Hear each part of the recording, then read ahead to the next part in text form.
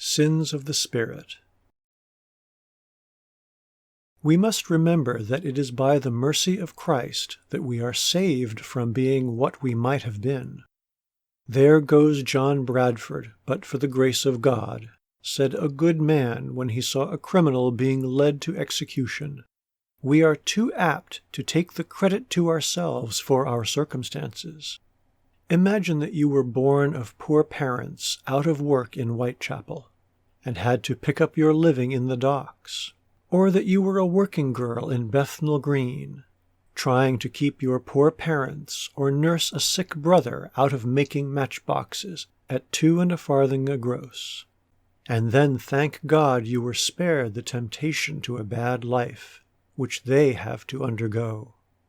So again, we must remember that sins of the Spirit are quite as bad in the eyes of Christ as sins of the flesh. He never spoke a hard word of the publican and sinner, but he lashed with his scorn the scribes and Pharisees, hypocrites. The sins that we respectable people commit lightly every day, of pride and indolence and indifference to the sufferings of the poor, may be worse in his sight than the most flagrant sins of those who know no better.